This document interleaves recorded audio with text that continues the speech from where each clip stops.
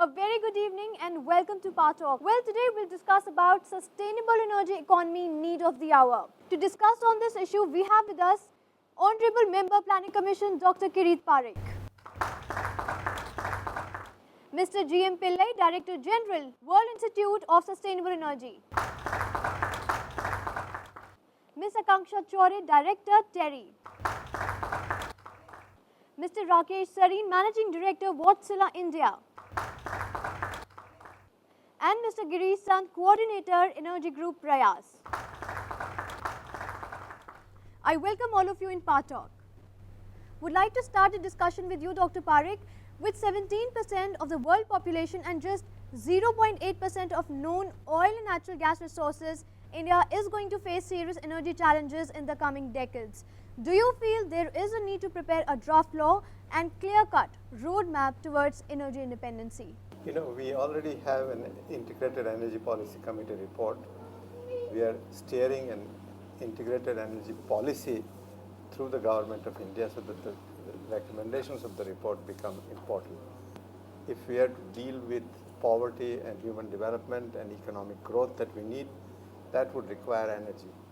At the same time, we are short of almost all forms of energy. So we really have no choice but to think in terms of a long-term energy strategy. What can that be? What are the sources? One can think of nuclear is one option. While by 2030 it will make a very little impact, by 2050, when we will run out of coal, it can make a huge impact. For example, without any import, we can have no more than 200,000 megawatt worth of power plants, nuclear based. But with even 30,000 megawatt worth of imports, we can put up 460, 470,000 megawatt of nuclear power plants. So nuclear is a huge option. It is economical. It is technologically feasible. We have the technology and we can do it. One can say, let's talk about renewables. We can have all kinds of renewables. But here again, our ability to provide renewables is very limited. For example, wind power is estimated to have a capacity of potential of about 45,000 megawatt by the ministry. But even when I take 100,000 megawatt of wind power operating at 18 to 19% load factor, it is no more than a coal-based power plant of 20,000 megawatt operating at 70 or 80% load factor. So the total potential contribution that wind can make is limited. This is going to make only a marginal small solution to our energy needs. Then take biomass. Here the main problem comes is that the amount of land that we can spare for growing biomass is limited. Come to another option, which is solar. The solar power today costs maybe 7 to 8 times as much as coal-based power plant. So here then is our challenge. First, really exploit all the options for energy efficiency. Second, mount a massive program for development of solar technology so that costs are brought down from 15 rupees a kilowatt hour to maybe 3 rupees a kilowatt hour, and then push them dramatically. Then we will still need fuels for cars and other things. India has huge potential for producing electricity from renewable sources, and our achievement so far is about 10,500 megawatt as against global installed capacity of approximately 2 lakh megawatt. While India's achievement is commendable, it is necessary for us to keep pace with the fast growth in developed countries. Your comment on this?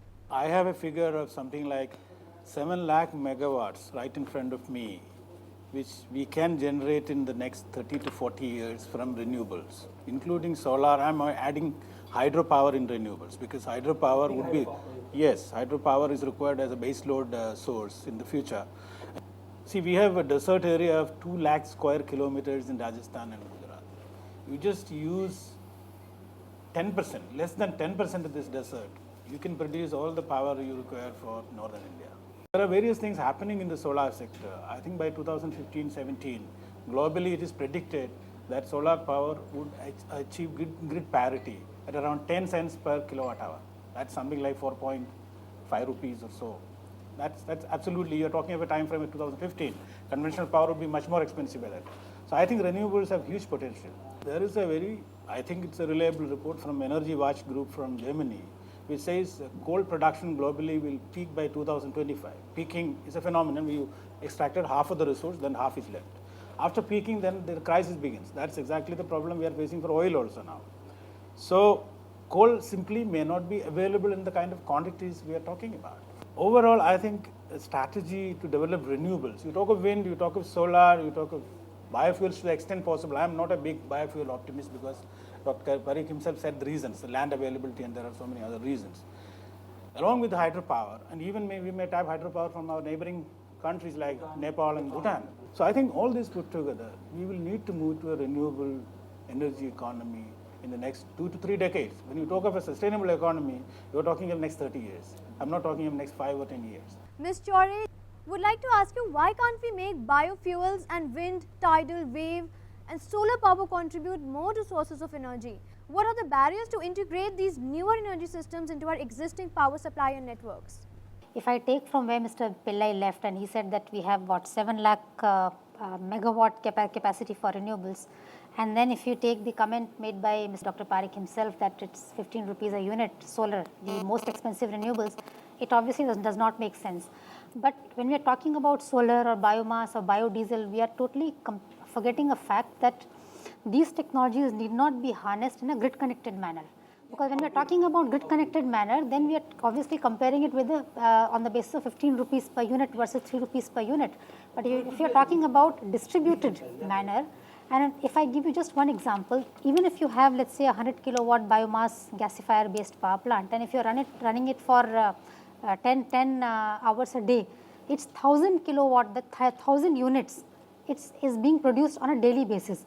Now you can easily avoid those 1000 units of coal based or hydro based or any other power plant by taking it to a village where the only requirement is for 100 kilowatt. So it's also a question of opportunity cost.